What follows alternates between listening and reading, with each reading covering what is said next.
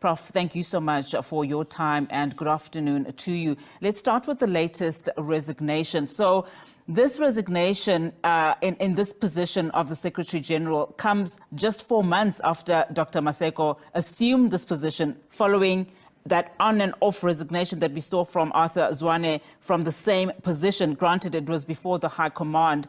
What do you then make of this latest resignation? It does come, of course, as Dr. Maseko is being reported to have been reinstated by the Department of Health.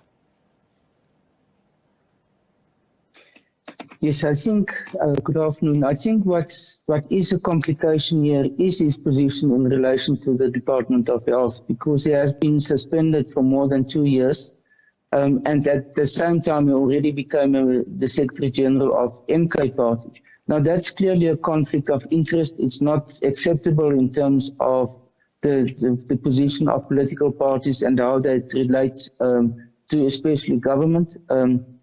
And the policies of government, of the public administration especially. So I think in this case specifically, we are not talking about necessarily the internal matters of MK that led to his resignation, but rather the fact that he has been implicated in public for the fact that he was suspended for more than 2 years from the Gauteng Department of Health for alleged financial mismanagement. Now, I think from an MK point of view, it will be very difficult to have a person in a key position like the Secretary-General who is under that cloud, despite the latest developments that is happening now. So in that sense, it differs to a large extent from Arthur Zwane, who was clearly involved in the turbulence within the MK party in order to establish the different positions or responsibilities, especially between him and the president of MK, President Zuma.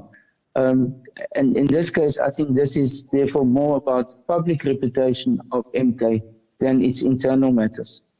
Let's talk then about what the party's next steps should be, because this was quite a senior position. I mean, 3 months ago, as you also alluded to earlier, we saw that the MK party announcing that National High Command, that body, of course, consisting, among others, of the party's president, as well as the deputy national organizer, Secretary-General, and his deputy, etc.